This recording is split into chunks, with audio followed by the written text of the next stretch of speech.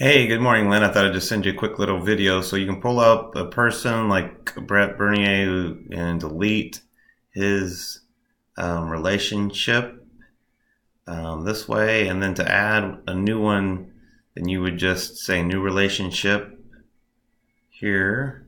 And then you get a drop down of different types. So then you can make sure to pick the correct team leader to team. It's going to be this one in that situation, team to team leader, and then you could select account here, and you would pick up Faith Fellowship,